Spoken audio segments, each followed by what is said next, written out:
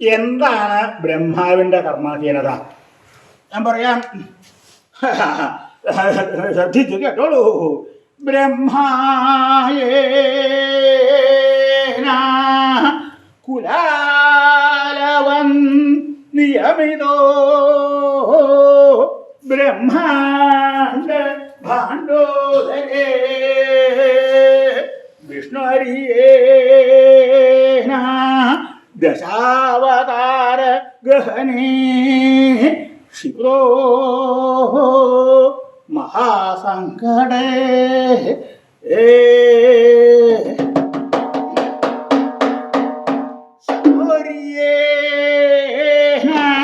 കപാലപാണി കുടകോ ഭിക്ഷാടനം സേവതേ സൂര്യോ ഭാമ്യതി നിത്യമേവ ഗഹനേ തസ്മൈ നമഃ കർമ്മണേ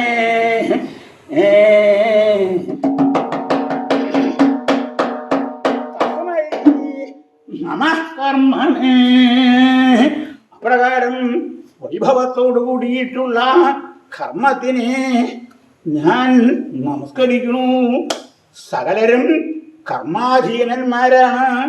ഇന്നാള് എന്ന് പറയാ എന്താച്ചാൽ ബ്രഹ്മാവ് സൃഷ്ടികർത്താവായിട്ടുള്ള ബ്രഹ്മാവ്, ആ ബ്രഹ്മാവ് കർമാധീനനാണ്.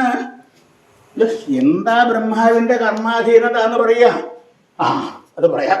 ബ്രഹ്മാവിന്റെ കർമാധീനത യേന ബ്രഹ്മാണ്ഡ ഭാണ്ഡോദരേ കുലാലവൽ നിയമിത. യാതൊരുത്തനാൽ ബ്രഹ്മാണ്ഡ ഭാണ്ഡോദരത്തുങ്കൽ കുലാലനെ പോലെ നിയമിതനായിരിക്കണു. യാതൊരു ബ്രഹ്മാവ് ബ്രഹ്മാണ്ഡ ഭാണ്ഡോദരത്തിൽ കുലാലനെ പോലെ ആക്കിയിരുന്നു. ബ്രഹ്മാവും കുലാലനും ഒരുപോലെ ആക്കുന്നു. കുലാലനെ പോലെ. ആരുടെ കുലാലൻ?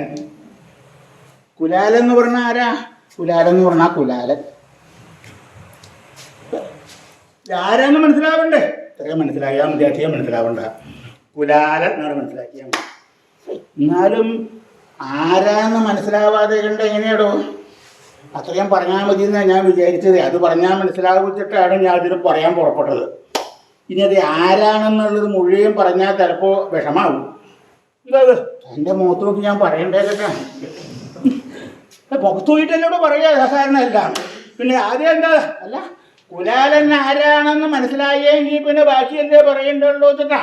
ഇവിടെ എനിക്ക് മനസ്സിലായില്ല ഇല്ലേ? ഞാൻ ചെറുതായിട്ടൊന്ന് പറയാം. എന്താ കുലാലെന്ന് പറഞ്ഞാൽ മൺപാത്രം ഉണ്ടാക്കണ ആള്. മൺപാത്രം ഉണ്ടാക്കണ ആളാണ്. ഒരു ആൾക്കൊരു പേരില്ലടോ, അതാണ് കുലാലൻ. അതുകൊണ്ടായില്ല എന്നെ കൊണ്ട് പറയിപ്പിച്ചിരിക്കും അല്ലേ? പറയാണ്ടായിരിക്കുന്ന ചേട്ടാണ് ഞാൻ വട്ടം കൂട്ടുന്നത്. താനാണെങ്കിൽ പറയിപ്പിച്ചേ ഉള്ളൂ എന്നാ. ആരെന്ന് പറയാ? അലോകിയാവില്ലെങ്കിൽ പറയാം. പറയണല്ലോ, നിർത്തിയില്ലല്ലോ, ഞാൻ പറയാൻ പുറപ്പെട്ടാണല്ലേ. പറയാം. കുലാലെന്ന് പറഞ്ഞ കോശവൻ. തൃപ്തിയായില്ലേ പോ? അങ്ങനെ പറയാ. സാധാരണ ആരും പറയാറില്ല. അതെനിക്ക് വേണ്ടി ഞാൻ പറഞ്ഞതാ. ഇനി എന്നെ കൊണ്ട് പറയിപ്പിക്കരുത് കേട്ടോ. ബ്രഹ്മാവും ഒരുപോലെയാ. എന്താ പറഞ്ഞ? ബ്രഹ്മാവും കുലാലനും ഒരുപോലെയാണെന്നാ. സൃഷ്ടികർത്താവായിട്ടുള്ള ബ്രഹ്മാവും മൺപാത്രം ഉണ്ടാക്കണ കുലാലനും ഒരുപോലെ.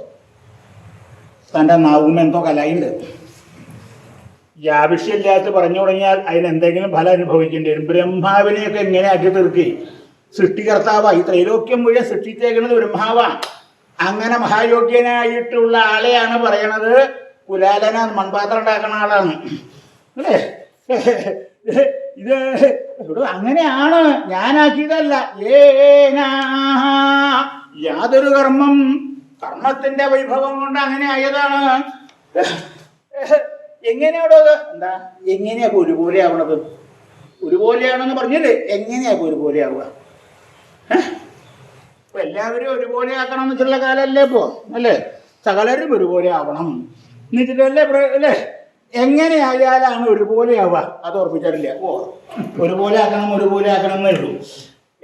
എങ്ങനെയായാലാ ഒരുപോലെ ആവണത്? പ്രവൃത്തി കൊണ്ടാണ് ഒരുപോലെ ആവുന്നത്. ഒരേപോലെയുള്ള പ്രവൃത്തിയാവണം. അതെ, ബ്രഹ്മാവിന്റെ പ്രവൃത്തിയും കുലാലന്റെ പ്രവൃത്തിയും രണ്ടും ഒന്നാണ്. എന്താ? ബ്രഹ്മാവിന്റെ പ്രവൃത്തിയും കുലാലനും രണ്ടും ഒന്ന് തന്നെയാണ്. ബ്രഹ്മാവിന്റെ പ്രവൃത്തി എന്തോ? ബ്രഹ്മാവിന്റെ പ്രവൃത്തി ത്രൈലോക്യം സൃഷ്ടിക്കല്, അല്ലേ? അതെ. കുലാലന്റെ പ്രവൃത്തിയോ? കുലാലന്റെ പ്രവൃത്തി മൺപാത്രം ഉണ്ടാക്കല്. അങ്ങനെ ഒരുപോലെ ആവണ എങ്ങനെയാ? ഒന്ന് ത്രൈലോക്യം സൃഷ്ടിക്കുക, മറ്റേതോ മൺപാത്രം ഉണ്ടാക്കുക.